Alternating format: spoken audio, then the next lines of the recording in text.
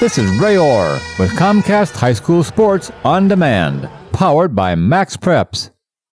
Daniel Lasco exploded onto the scene at the Woodlands 3 years ago as a freshman, bringing with him big game abilities.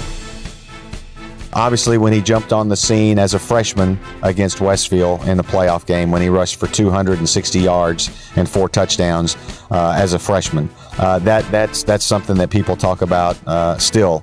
And then last year against Katy, when we went to Katy to play them, he had 264 yards rushing and 4 touchdowns against the defending state champions. That was a huge moment in Daniel in terms of memorable experiences. I just remember being so excited when the coaches knocked on the door in my freshman class and told me that I was going to be dressing out that week for varsity. And, you know, I had my first touchdown. It doesn't get any better than that. The first time you score in varsity, that's just the best thing that you could probably ever accomplish in high school. I'm very thankful that, you know, the coaches saw that I had something in me in my freshman year and threw me out there with all the seniors.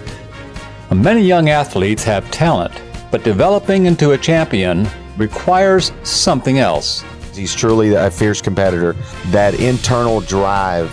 As coaches, there are times and there's players that you have to stay on to make them be as good as they can be. Daniel's got the internal drive. I mean, he's gonna do it because he demands it of himself. And having a role model like your grandfather helps keep you grounded. He's been through a lot and he's put me through a lot. He's always taught me the game of football ever since I was 5, 6, 7. You know, he's always taught me everything that I knew, and he's been there whenever I needed him, no matter what. He's always there. He always talks to me before the games and, you know, calms me down or, you know, pumps me up before. I don't know what I'd be if I didn't have him in my life to support me. That support system helped him attract the University of California, where he will prepare for his future. Cal is definitely an amazing school, and you know, I'm so thankful that I was able to take a visit out there and see what they had to offer, and I know I can spend the next 4 years there and be comfortable with my surroundings and, you know, meet new people. Can definitely get an excellent education because, you know, that's what comes first, and you know, football is not going to last for the rest of my life.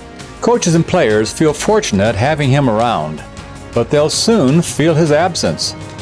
I'm gonna miss his personality. You know, he's a great football player for us, but he's a great kid. You know, he's always got a smile on his face. He's always upbeat.